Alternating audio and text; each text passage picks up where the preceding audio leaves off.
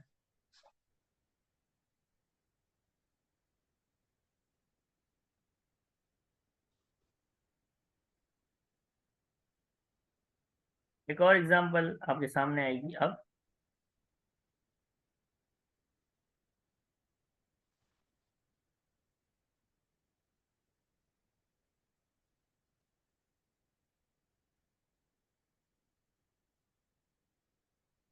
ये सारे questions handout में हैं, ठीक है, चले सही है। पढ़िएगा।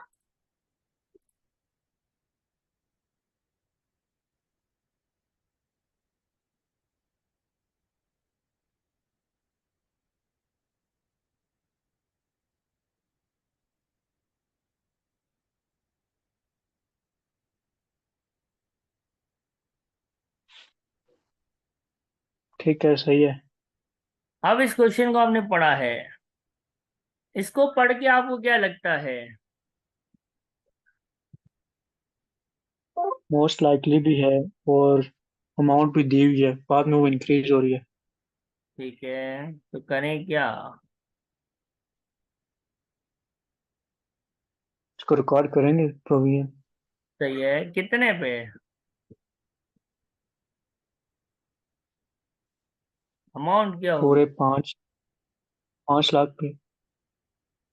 5 लाख पे कि किसी और अमाउंट पे, जरा देखना। तो सेकंड सेकंड वाले में चांस है, प्रोबेबल नहीं है। तो 4 लाख पे ही करेंगे। 4 लाख पे, अब आपने ध्यान से पढ़ा, पहले आपने थोड़ा तवज्जो से नहीं पढ़ा था। ये अल्फाज का खेल है, ये सारा गेम अल्फाज का है। अब आप बताओ आपके हिसाब से किस पे रिकॉर्ड करूं, 4 लाख। 4 ले, अब सही कैसे हो गया। अब मुझे बताओ आपकी मिस्टेक, खुद की मिस्टेक खुद को बताओ। समझ आया पहले। जी जी, बिल्कुल। कि ये इस तरह से छोटी छोटी गड़बड़ें ये करवा देता है हमसे, ठीक है। सही है। आगे बढ़ेंगे, तो इसका आंसर ये हो गया कि 4 लाख का क्या बनेगा। प्रोविजन। तो आपने बताया, माशाल्लाह बेहतरीन हो गया, जबरदस्त। अब हम आगे बढ़ेंगे, हमारे पास बीबीपी की किट से क्वेश्चन है, अच्छा क्वेश्चन है वैसे, बीबीपी में आमतौर पे कैप्टन करवा रहा होता हूँ, ये बीबीपी का अच्छा क्वेश्चन है, इस आईएएस से आमतौर पे क्वेश्चन बहुत आते हैं, तो थोड़ा मैंने सोचा मैं ज्यादा इस पे बात करूंगा। ये एक बीबीपी का क्वेश्चन है, बीबीपी किट का क्वेश्चन है, ठीक है, क्वेश्चन नंबर 124 है, यस जी 124 ही है। आप इसको रीड करेंगे, पहले आप अपना दिमाग चलाएंगे, क्या वो क्या लगता है, एक एक पढ़ेंगे, ठीक है। एक एक करके पढ़ेंगे।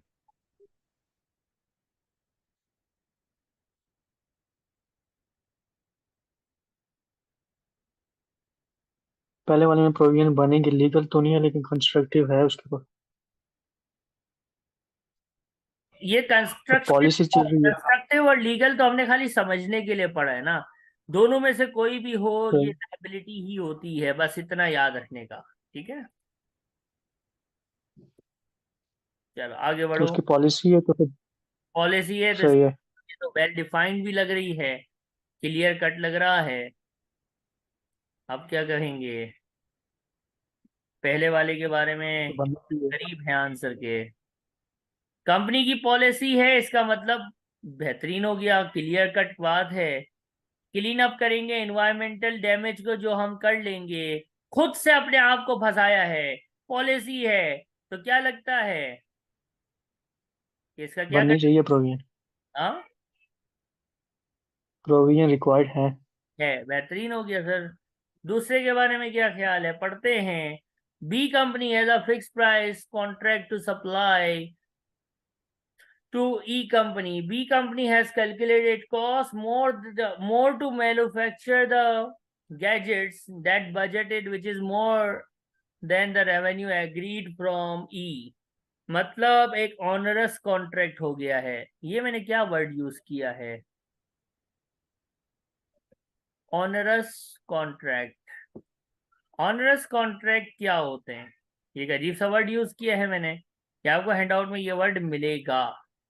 ऑनरस कॉन्ट्रैक्ट होते हैं loss making contracts. Onerous contract बोलते हैं ऐसा कॉन्ट्रैक्ट जिससे लॉस होना मुकद्दर हो जाए। क्या हो जाए, है। जिससे लॉस। यानी मैंने एक ऐसा कॉन्ट्रैक्ट किया जिससे होने वाला फायदा उसके होने वाले नुकसान से कम है, यानी कॉस्ट ज्यादा है और रेवेन्यू कम है। वो किसी भी वजह से हो सकता है। मैंने 2 रुपए के रेट पे माल बेचा, मार्केट ऐसी हो गई कि कॉस्ट ही 5 रुपए हो गई, तो मेरे को तो नुकसान होना मुकद्दर है ना। और मुझे अब उसको माल देना भी पड़ेगा। क्यों, क्योंकि मैंने उससे क्या कर लिया है, कॉन्ट्रैक्ट कर लिए। कॉन्ट्रैक्ट कर लिया है, तो मुझे अब उसको माल देना ही देना है। तो IS-37 ये कहता है ऑनरस कॉन्ट्रैक्ट्स वो कॉन्ट्रैक्ट होते हैं जो आसान भाषा में लॉस मेकिंग होते हैं। क्या होते हैं, और जैसे ही आपको पता चल लॉस। जाए कि ये मेरा लॉस मेकिंग कॉन्ट्रैक्ट है, तो IS-37 ये भी बता देता है कि इसका हमेशा प्रोविजन बना लेना, क्योंकि नुकसान तो मुकद्दर है, हो के रहेगा। अगर आपका कस्टमर आपकी फेवर नहीं करेगा, और क्यों करेगा, गोरा कस्टमर बड़ा प्रिंसिपल पे फॉलो करता है। वो बोलेगा, आप जाओगे ना, भाईजान देखो गलती हो गई थी, हमारा अकाउंटेंट जो है उसने गलत कोटेशन बना दिया था, हमारा एग्रीमेंट हो गया है, मुझे नुकसान हो रहा है भाई, थोड़े पैसे बढ़ा देना भाई। तो बोलेगा, hey bro, we had an agreement, हाँ, you have to better to follow the agreement, और otherwise I will go to the court of law. खलास, ये पाकिस्तान नहीं है कि वो बोलेगा, हाँ ब्रदर कोई मसला नहीं है, तू मेरा भाई मैं तेरा भाई, चल मेरा भाई चल मेरा भाई। ये सेटिंग वहां नहीं चलती, वहां होती है बात प्रिंसिपल की, उसूल की ज्यादातर। हमारे यहाँ तो सब चलता है। तो प्रोविजन आपको बनाना पड़ेगा, क्योंकि ये लॉ सब एक्सपेक्टेड है, होना है। तो ऑनरस कॉन्ट्रैक्ट का जब भी बात आएगी, यानी सवाल जब भी ऐसी कोई चीज दिखाएगा कि जिससे हमें ये दिखे कि तबाही मुकद्दर है, तो उसका प्रोविजन बनेगा। बात समझ आई है, सही है, ठीक है। ला पड़ेंगे।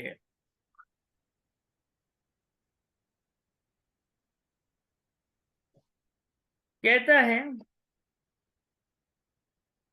हम अपना एक डिवीजन बंद करने लगे, हम्म। ठीक कर रहे हैं। The board has prepared, plan बनाया है, अभी उसको कम्युनिकेट नहीं किया है। खाली प्लानिंग करेंगे तो क्या लायबिलिटी रिकॉर्ड करना शुरू कर देंगे?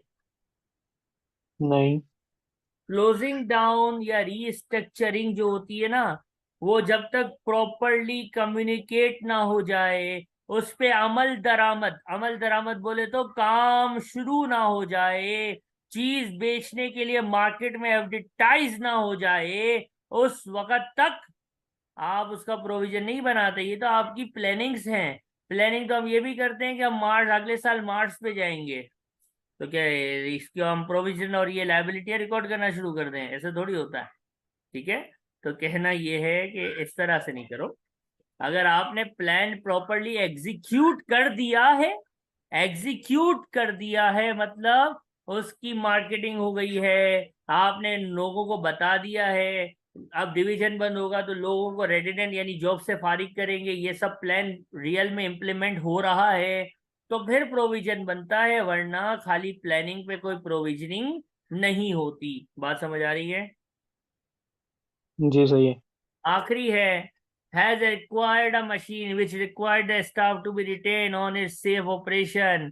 ट्रेनिंग देंगे, ट्रेनिंग देने का पास से कोई ताल्लुक है? हम्म। लोगों को ट्रेनिंग देना क्या आपके ऊपर कोई ऑब्लिगेशन है?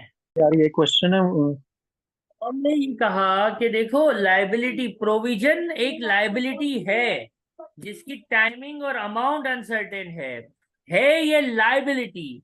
तो ट्रेनिंग देना स्टाफ को, मशीन हमने खरीदी जिसकी जरूरत है कि ट्रेनिंग दी जाएगी, तो इसका माजी से, पास से कोई ताल्लुक नहीं है। हमने आज मशीन खरीदी, उसको चलाने के लिए फ्यूचर में ट्रेनिंग देंगे। पास्ट में कौन सी हरकतें की थी ऐसी?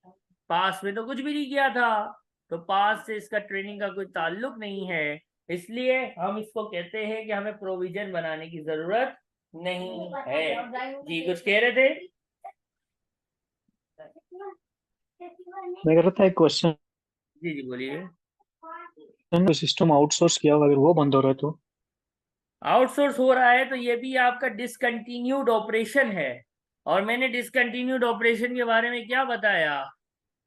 इसको डीस्ट्रक्चरिंग, रीस्ट्रक्चरिंग बोलो, कोई प्रोसेस बंद होना बोलो, कोई प्रोडक्ट डिसकंटिन्यू करना बोल दो, सब एक ही बात है। और मैं अभी उस पे आ रहा था, आपने अच्छा पूछा भी, तो कहना हमारा वही बात है जो मैंने कही थी और कहता हूँ कि भाई देखो, ये आपने अगर कुछ भी बंद करना है, आउटसोर्स कोई भी काम बंद करना है, कोई भी चीज आपने डिसकंटिन्यू करनी है, रीस्ट्रक्चरिंग हो या डिसकंटिन्यू, वो प्रोविजन सिर्फ उसी वक्त बनेगी जब जब आप या तो उसकी सेल कर दोगे, रियल सेल हो जाएगी, या आप क्लोज करोगे, रीऑर्गेनाइज करोगे, फ्यूचर में लॉसेस होने के चांसेस होंगे, तब ही आप जो है वो क्या कर सकते हैं, रीस्ट्रक्चरिंग रीऑर्गेनाइजेशन का प्रोविजन बना सकते हैं।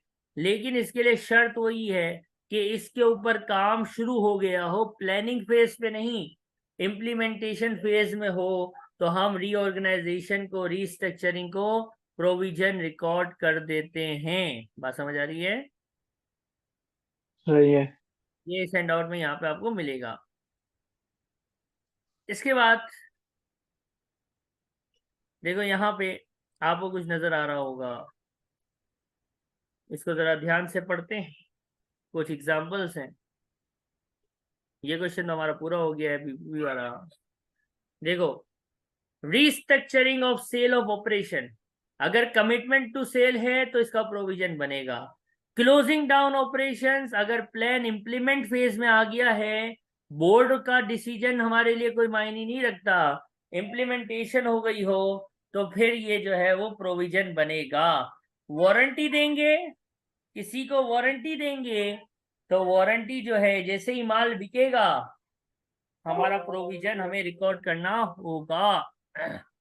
जमीन, इन्वायरमेंट को कंटेमिनेट, खराब करोगे, तो ऑल दो ये लीगल ऑब्लिगेशन नहीं है, लेकिन अगर आप कंस्ट्रक्टिव भी आते हो तब भी होगी। लेकिन अगर देखो, आपको आपका कोई, किसी से भी कोई एग्रीमेंट नहीं है, लेकिन आपने कोई ऐसी हरकत की जिससे दरख्तों को नुकसान हो गया, गवर्नमेंट छोड़ेगी?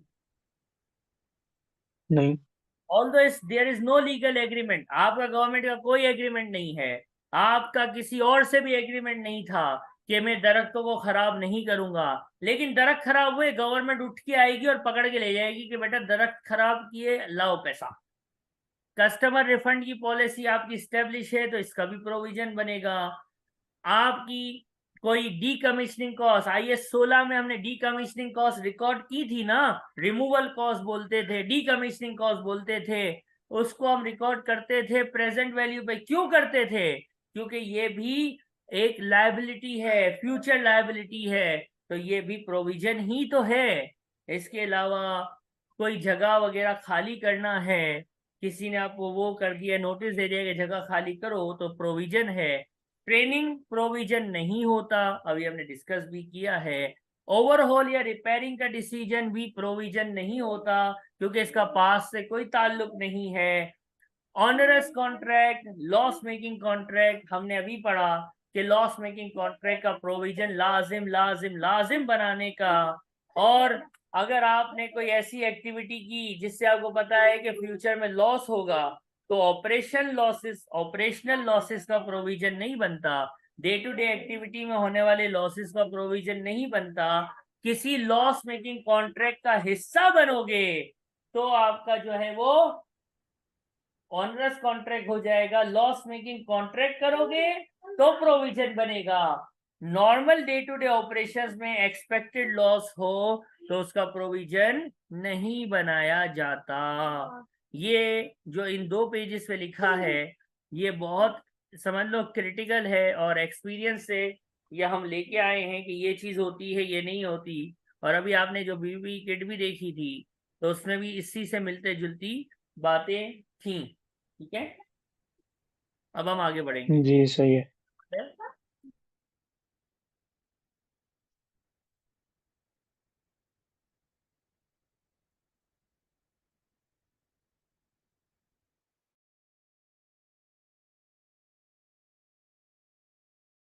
नेक्स्ट क्वेश्चन आपके सामने अभी आएगा विद इन अ सेकेंड इंशाल्लाह।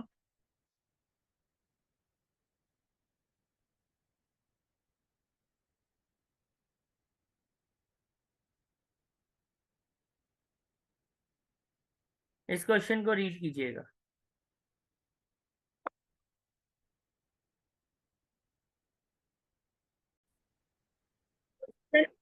फ्रॉम बीबीबी, इसको पढ़ेंगे प्लीज।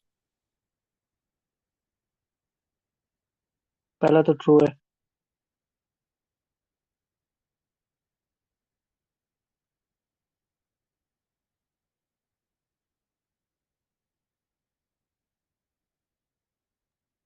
अब इसका जो पहला पॉइंट है उसको पढ़ते हैं। क्या लिखा हुआ है? Provision should be made for constructive and legal. Provision should be का मतलब हो सकता है, होना चाहिए है। जी कंस्ट्रक्शन का भी होता है, कंस्ट्रक्टिव यानी जो हम खुद करते हैं, लीगल का भी होता है, दरक बरक जला दोगे केस हो जाएगा, किसी एग्रीमेंट से मुकर जाओगे केस हो जाएगा, तो बात सही है। प्रोविजन जो है वो लीगल ऑब्लिगेशंस का भी होता है और कंस्ट्रक्टिव का भी होता है। करेक्ट और रॉन्ग? बिल्कुल ऐसा ही है। कहता है डिस्काउंटिंग का सहारा लिया जा सकता है जब प्रोविजन की अमाउंट को एस्टिमेट करना हो। डिस्काउंटिंग का मतलब होता है प्रेजेंट वैल्यू। तो सर बिल्कुल, जी हमने बचपन में IS 16 में जब डीकमीशनिंग कॉस्ट की बात की थी, तो उसमें हमने यही तो किया था, फ्यूचर में होनी थी, आज रिकॉर्ड कर रहे थे क्योंकि डैम श्योर था, प्रोबेबल था, तो हम इसका प्रोविजन फ्यूचर की एक्सपेक्टेड अमाउंट को डिस्काउंटिंग यानी प्रेजेंट वैल्यू पे ही तो करते हैं।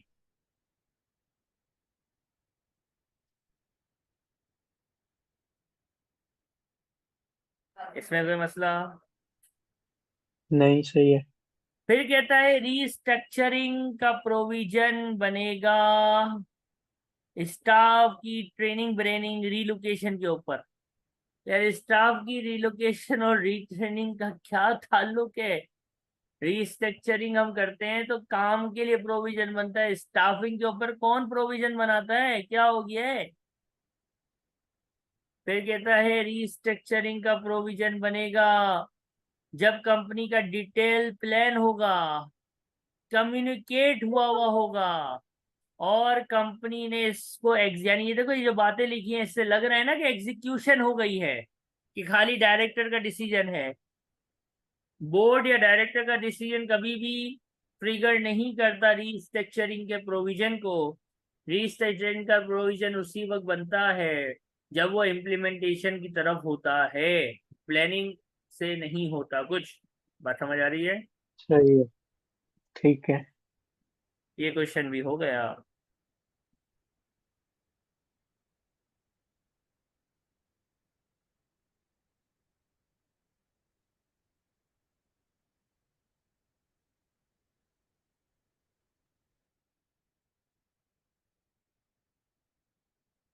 इसके बाद जो मैंने अभी थोड़ी देर पहले आपको एक कहानी सुनाई थी, ब्रिज में क्रैक पड़ गए थे, फिर किसी की बिल्ली वहां पे मर गई थी, और फिर ये हुआ था वो हुआ था।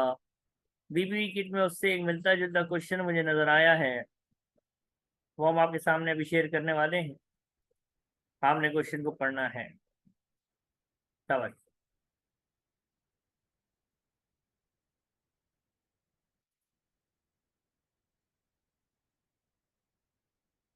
सही है, बस इंक्रीज करना है इस प्रोविजन को। नहीं, वो 1 मिलियन है, अब डिक्रीज पेमेंट करना। 10 फरवरी का एंट्री बोला है। हमारा प्रोविजन कितना रिकॉर्ड हुआ हुआ था? 1 मिलियन। 1 मिलियन का 1 मिलियन है। प्रोविजन था। हाँ, 1 लाख है ना, सॉरी। 1 लाख का प्रोविजन हमारा रिकॉर्ड हुआ हुआ है। अब दस सही है। फरवरी को केस का फैसला हो गया। फैसले में क्या आया कि आपको पे करना है वन एक पॉइंट ट्वेंटी लाख बीस हजार करेक्ट। जी सही है। अब ये डिसीजन हुआ। आपने लाइबिलिटी कितनी रिकॉर्ड की हुई है? 1 लाख की। अल्लाह की कसम खा के कहो, हम ये कह सकते हैं कि इस केस में मुझे 1,20,000 रुपये पे करने पड़ेंगे, राइट और रॉन्ग? जी। 1,20,000 गए, लाइबिलिटी कितनी रिकॉर्डेड है? 1 लाख। तो लाइबिलिटी अब खत्म कर दोगे ना कि भाई अब लाइबिलिटी पे ऑफ हो रही है। लाइबिलिटी लाख की है, पेमेंट 1,20,000 हो रही है। लाइबिलिटी लाख की है, मतलब खर्चा भी कितना रिकॉर्ड हुआ हुआ है पहले। 1 लाख। तो अभी खर्चा हुआ कितना है?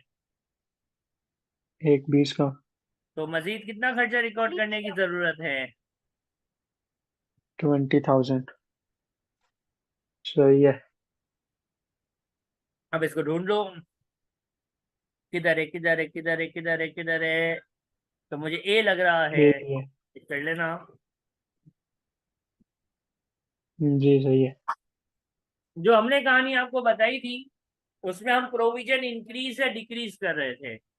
इस क्वेश्चन को इसलिए सिलेक्ट किया गया कि उस प्रोविजन की इंक्रीज और डिक्रीज के बाद एक वक्त आता है जब लायबिलिटी सेटल होती है। तो ये सेटलमेंट हो गई। बात समझ आई? जी। ओके।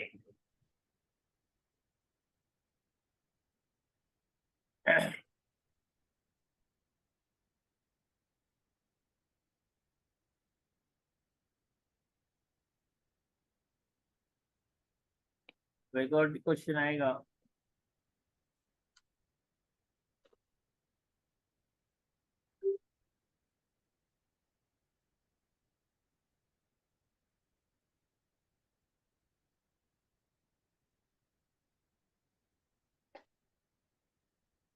Give me 1 second.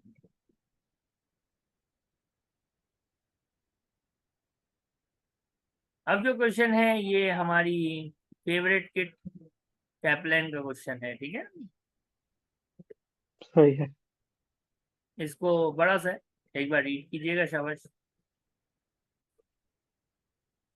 अब ये जो आईएएस का क्वेश्चन है ना, इसमें डिसमेंटलिंग भी आ गया है, यानी आईएएस 16 और 37 मिल जाता है। क्योंकि आईएएस 16 में जो आप डिसमेंटलिंग या डीकमीशनिंग कॉस्ट की वर्किंग करते हो वो बिकॉज ऑफ आईएएस 37 ही करते हो। अब देखो पढ़ते, तीन हम्म। चार खर्चे हैं यहाँ पे। 1 अक्टूबर को एक्सप्लोरर कमेंस ड्रिलिंग, हमने ड्रिलिंग शुरू की, बहुत अच्छा काम किया, ठीक है। ऑयल ढूंढ रहे हैं, Extraction of oil cause damage to seabed, which has a restorative cost. Ignore करो discounting को 10,000 per million barrels of oil. Explorer extracted 250 million barrel oil in the year and this. बस ये एक चीज है ना, ये क्या है? Restorative cost. इसमें बोला है डिस्काउंटिंग नहीं करने की, तो एग्जामिनर जो बोले हम वही मानते हैं ना, होशियारी तो नहीं करते। कहता है दस जी हजार पर 250 पर मिलियन बैरल। हमने कितने मिलियन बैरल निकाल लिया? 250। मिलियन बैरल हमने निकाला, ऐसा ही है। जी। फिर 1 मिलियन के लिए कितना पैसा लगेगा? 1000 10,000। 10,000। तो टोटल कितना प्रोविजन है इसका, कितना अमाउंट देना होगा? 2.5 मिलियन। 2.5 मिलियन कैसे आया? डिवाइडेड बाय 1 मिलियन क्या होगा ना, ठीक है।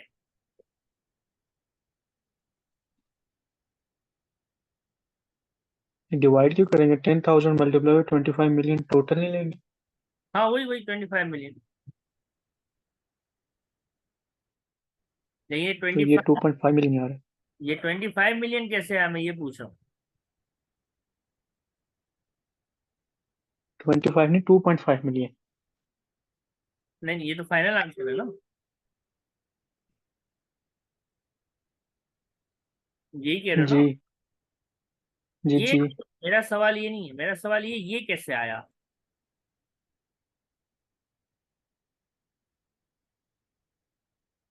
तो 10,000 पर मिलियन है ना, क्या है? 10,000 पर मिलियन है, 1 मिलियन पे 10,000।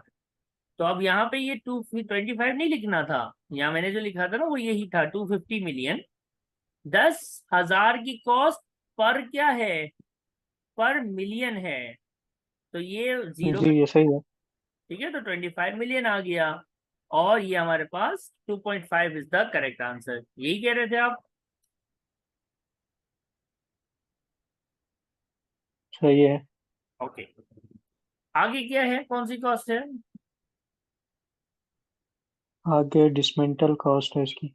डिसमेंटलिंग कॉस्ट है। चलो, रिक्वायर्ड टू डिसमेंटल 5 साल का लाइसेंस है, जिसकी कॉस्ट है 30 मिलियन की। 5 साल का लाइसेंस, 30 मिलियन की कॉस्ट।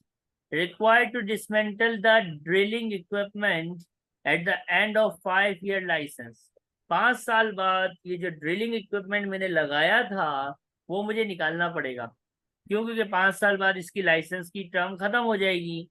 तो अब डिसमेंटलिंग कॉस्ट में प्रेजेंट वैल्यू नजर आ रही है, कॉस्ट ऑफ कैपिटल भी लिखा हुआ है, कितना? 8%।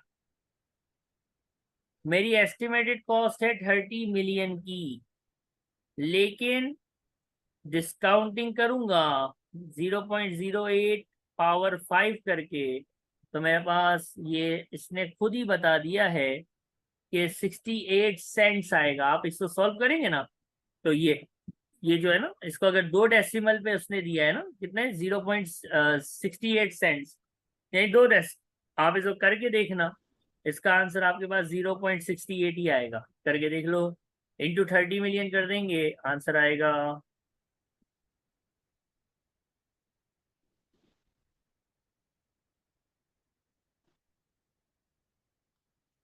20। 20.4 मिलियन। ठीक है, सही है। और ओवरऑल क्या आंसर बन जाएगा?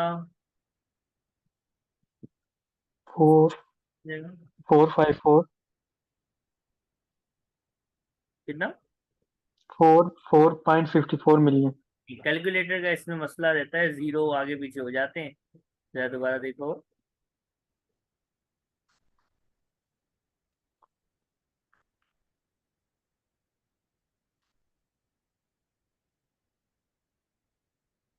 बारह 3 0 ऐड करके 22,900। जैसे 2.5 प्लस 20.4 करना जरा।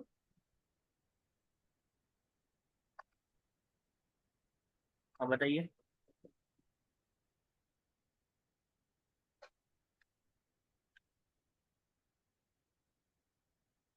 ऐसे कर रहा हूँ तो 4.54 मिलियन आ रहा है, और हाइड करके कर रहा हूँ तो फिर आंसर सही आ रहा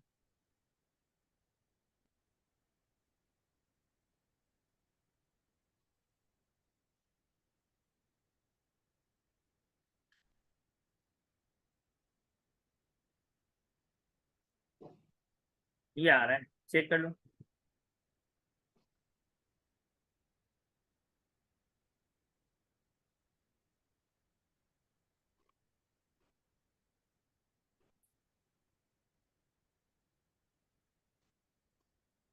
सही है, ठीक है। ठीक है, ये हो गया हर राउंड।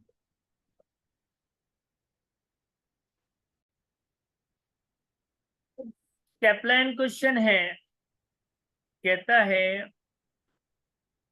कि प्रोविजन किस अमाउंट का बनाना है। बताओ इसको, किस अमाउंट का प्रोविजन बनाना है।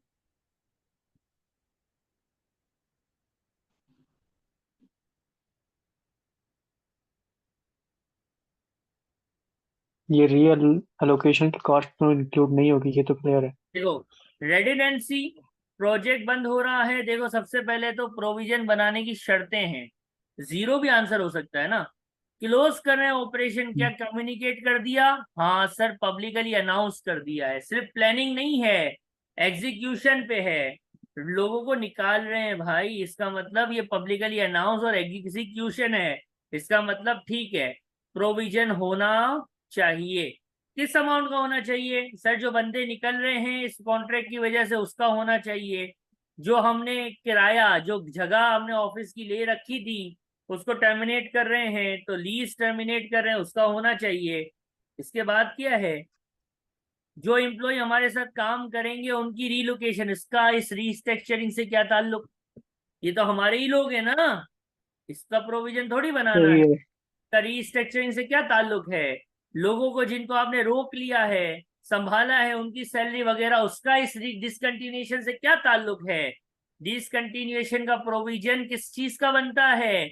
जो रिलेटेड, रिलेटेड क्या हो, रिलेटेड एक्सपेंसेस हो, उसका ही प्रोविजन बनता है। तो 8 लाख और 2 लाख, यानी ऊपर 3 जीरो हाइड हैं, तो ये हमारे पास मेरे ख्याल में कितना हो जाएगा? 1000। 1000 और 3 जीरो हाइड हैं, इसका प्रोविजन बनेगा। तो इसका आंसर आ जाएगा 1000, जो कि इसका ऑप्शन भी दिए हुए हैं। तो इसका आंसर बी है वैसे किट का, ठीक है। सही है। ये हमारे पास कैप्लान शरीफ है। अब इसमें एक और सवाल भी है। अब वो F5 और एक अजीब सी एक्सपेक्टेड वैल्यूज का सवाल है। कोई मुश्किल नहीं है, लेकिन हम उसको भी देखेंगे ताकि हमारी ये किट भी पूरी हो जाएगी। 134 है, टारगेट नाम है क्वेश्चन का। एक नजर क्वेश्चन को पढ़ते हैं। कहता है, स्टेटमेंट बना रहे हैं, बहुत सारे लीगल क्लेम हैं। क्यों क्लेम हुआ है भाई? Customer with regard to faulty product, obviously constructive obligation नजर आ रही है, यानी जिम्मेदारी तो है, माल खराब बेचा तो था। कितना क्लेम किया उन्होंने? 3.5 मिलियन। किल क्या कहता है? 80% चांस है। इसका मतलब प्रोबेबल है कि नहीं है? नहीं है। 90% आप होने चाहिए।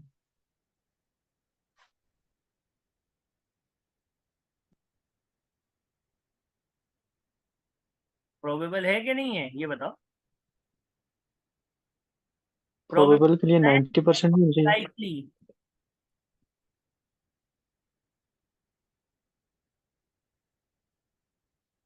प्रोबेबल होता सही है, है। Most likely. 80% इज लाइकलीहुड और नो। जी बिल्कुल। तो क्या बोलेंगे इसको? रिक्वायर्ड है provision. Required and provision amount लिखनी है इसमें।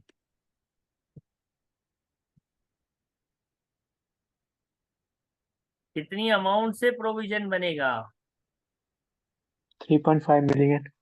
पूरी अमाउंट से ही बनेगा सर, क्योंकि हमने कभी भी ये नहीं सीखा कि इसको कोई परसेंटेज के हिसाब से प्रोपोर्शन प्रोपोर्शन करना। ऐसा हमने कभी भी नहीं सीखा। राइट और रॉन्ग? जी सही है। इसमें कोई मसला? नहीं, क्लियर। एक छोटी सी बात यहाँ पे मैं हमेशा बच्चों को कहता हूँ कि मैं कुछ लाइन शेयर कर रहा होता हूँ, इसको जरा एक नज़र पढ़ लो, ये आपको बहुत सहूलत देंगी। ये मैथ्स है, मैथ्स। मैथ्स ये फरमाती है। एक बार पढ़ लो, बड़ा अच्छा क्लियर हो जाएगा।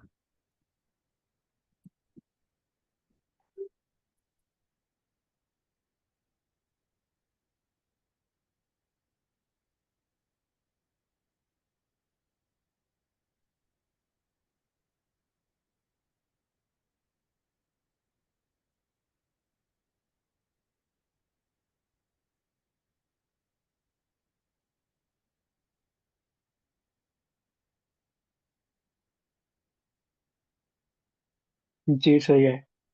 डन हो गया? जी। अब हैंड आउट पे वापसी चलते हैं और आइए इसको खत्म करते हैं, ठीक है? जी। हमने ये जो जो पढ़ा है, आपने अगली क्लास से पहले इस सबको पढ़ लेना है, ठीक है? जी। देखो, 50% से ऊपर हो तो प्रोविजन है, 50 तक हो या उससे नीचे हो तो फिर डिस्क्लोजर है। रिमोट मतलब जो बिल्कुल 5% जिसका चांस होता है वो रिमोट है। वर्चुअली सर्टेन मतलब 100% या 90% जो डैम श्योर होता है, जैसे कि नॉर्मल पेएबल्स वगैरह, तो वो लाइबिलिटीज होता है। हमारी जो नॉर्मल लाइबिलिटीज होती हैं, जैसे कि हमने माल उधार पे खरीदा था, तो इस तरह की चीजें, इसको कहते हैं वर्चुअल सर्टेन। इसको मतलब 100%, 90% एंड अबव चांसेस, तो वो वर्चुअली सर्टेन चीजों की लाइबिलिटी रिकॉर्ड होती है। प्रोबेबल का प्रोविजन रिकॉर्ड होता है। पॉसिबल को डिस्क्लोज करते हैं। और एवे ही है, यानी बस ऐसे ही। अभी हम सोएंगे तो मर जाएंगे, ये तो है ना? प्रोबेबल ही है, तो प्रोविजन कैसे करें? तो रिमोट चीजें, यानी बहुत सारी बातें हम करते हैं, यार ऐसा हो जाएगा तो कैसा होगा, ऐसा होगा तो ऐसा होगा, हम सोएंगे तो मर जाएंगे, ये सारी बातें जो हैं, इसको आप इग्नोर करते हैं। रिमोट मतलब होता है 1 से 5% चांसेस। नॉर्मल कस्टमर को माल बेचा, वो मर जाएगा, भाई ये अभी ये रिमोट बात है, ठीक है? ये कोई आपका, हाँ वो उसको हार्ट अटैक हो गया, वो आईसीयू में है और डॉक्टर ने कह दिया कि बस गया, तो फिर हम शायद प्रोबेबल की तरफ जाएं। वरना हम नॉर्मल एक चलते फिरते इंसान को बेड रेस्ट डिक्लेयर ऐसे ही नहीं कर देते कि मर जाएगा। मरना तो सबने है, लेकिन ऐसे ही हम उसको बेड रेस्ट नहीं बनाएंगे, राइट? जी सही है। जैसे लाइबिलिटी के अंदर बातें हैं, ऐसे एसेट में भी हैं। एसेट आपका जो रिसीवेबल होता है वो आप रिकॉर्ड करते हैं, क्योंकि वर्चुअली सर्टेन होता है, सही है, आपका रिसीवेबल क्या आपको पैसे मिलेंगे। लेकिन मिलने का चांस, आपने किसी पे केस किया, तो अब यहाँ पे आप काउंटर पार्टी हैं। काउंटर पार्टी है मतलब अब आपको पैसे देने नहीं है, आपको मिलने हैं। तो याद रखना, कंटिंजेंट एसेट होता है। एसेट के केस में कोई प्रोविजन नहीं होता। एसेट एक्सपेक्टेशन की बेस पे रिकॉर्ड नहीं किया जाता। या तो एसेट रिकॉर्ड होगा या फिर कंटीजेंट होगा। आपने किसी पे केस कर दिया, आपको लगता है आप जीत जाओगे, 90% श्योर है आप जीतोगे, तब भी आप उसको एसेट रिकॉर्ड नहीं करोगे। एसेट के केस में आप सिर्फ डिस्क्लोज ही कर सकते हैं, और एसेट के केस में पॉसिबल हो तो कुछ नहीं करते। रिमोट का तो वैसे भी कुछ नहीं किया जाता। इसके साथ ये कंटीजेंट एसेट भी खत्म हो जाता है और हमारा ये आईएएस कंप्लीट होता है। हैंडआउट को पूरा रीड करना है, सारे क्वेश्चंस इसमें जितने